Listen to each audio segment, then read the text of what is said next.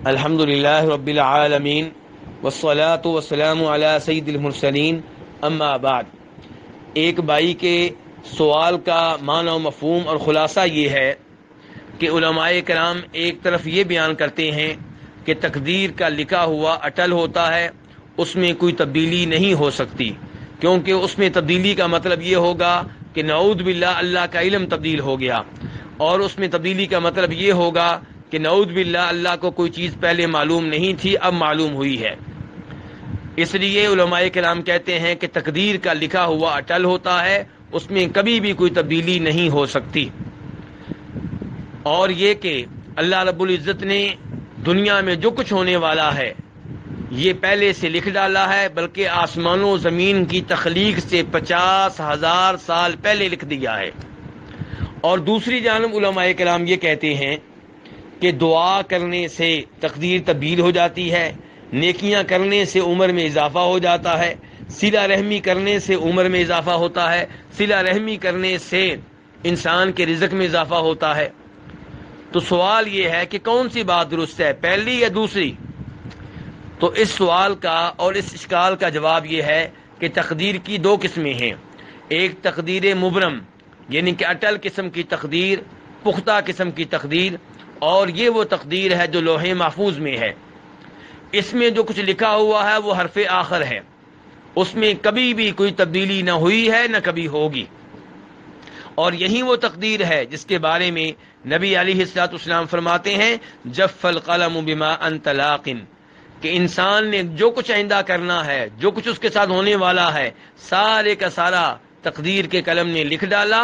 اور تقدیر کے قلم کی سیاہی بھی خشک ہو چکی۔ اس حدیث کو امام ترمذی رحمہ اللہ نے روایت کیا ہے۔ دوسری تقدیر وہ ہوتی ہے جسے تقدیر معلق کہتے ہیں، یعنی کہ وہ تقدیر جس میں کئی امور دیگر امور کے ساتھ منسلک ہوتے ہیں۔ مثال کے طور پہ یہ کہا گیا ہوتا ہے، یہ لکھا ہوا ہوتا ہے کہ اگر یہ انسان صلہ رحمی کرے گا تو اس کی عمر 100 سال ہوگی، صلہ رحمی نہیں کرے گا تو اس کی عمر 80 سال ہوگی۔ تو یہ تقدیر معلق ہے، اور یہ وہ تقدیر ہے جو ان صحیفوں میں ہوتی ہے جو فرشتوں کو دیے گئے ہوتی ہیں۔ تو اس میں تبدیلی ہو جانا ممکن ہے، دعا کرنے سے یہ تقدیر تبدیل ہو سکتی ہے، دعا کرنے سے اس تقدیر میں کسی نہ کسی امر کو اللہ رب العزت تبدیل کر دیتے ہیں۔ اور یہی وہ تقدیر ہے جس کے بارے میں آتا ہے کہ صلہ رحمی کرنے سے رزق میں اضافہ ہوتا ہے، صلہ رحمی کرنے سے عمر میں اضافہ ہوتا ہے، اور یہ کہ نیکیاں کرنے سے عمر بڑھتی ہے۔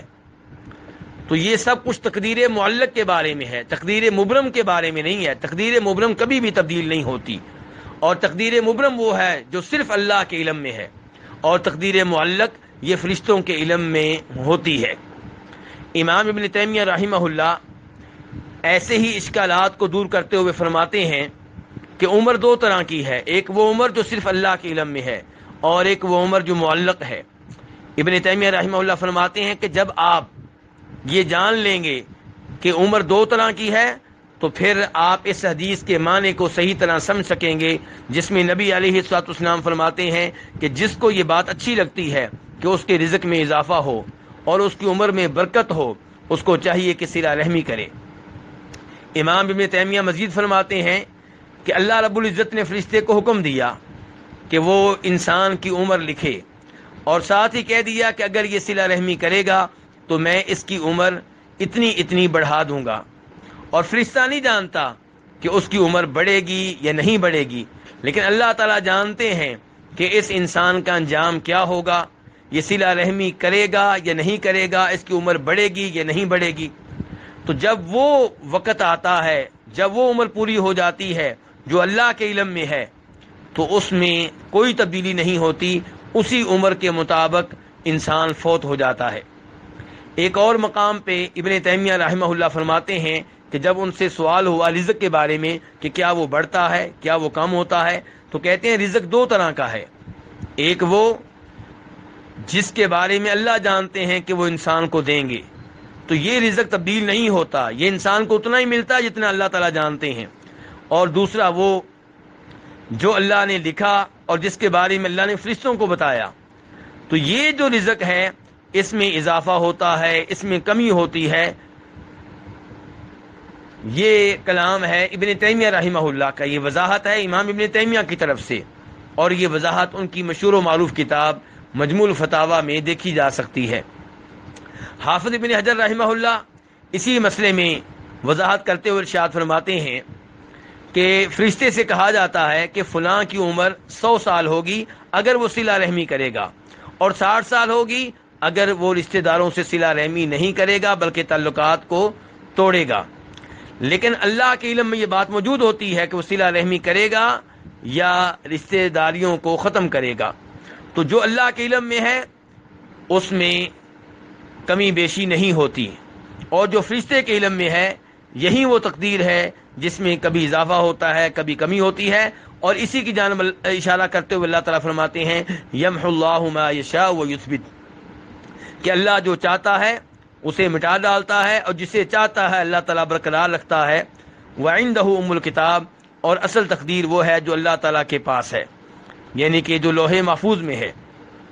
تو یہ جو اللہ نے کہا کہ اللہ مٹا ڈالتا ہے یا برقرار رکھتا ہے، یہ اس تقدیر کے لحاظ سے ہے جو فرشتے کے علم میں ہے، اور جو تقدیر اللہ کے علم میں ہے، جو ام الکتاب میں ہے، جو لوح محفوظ میں ہے، اس میں کسی چیز کو مٹایا نہیں جاتا، اور یہی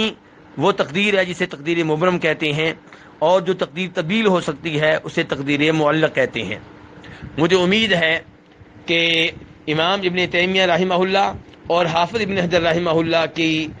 گفتگو کی روشنی میں یہ مسئلہ واضح ہو چکا ہوگا۔ اللہ تعالی ہمیں قرآن و حدیث پہ صحیح معنوں میں غور کرنے کی توفیق عنایت فرمائے، اور تقدیر پہ صحیح معنوں میں ایمان لانے کی توفیق عنایت فرمائے۔ وصلی اللہ تعالی علی نبیہ محمد وآلہ وصحبہ اجمعین۔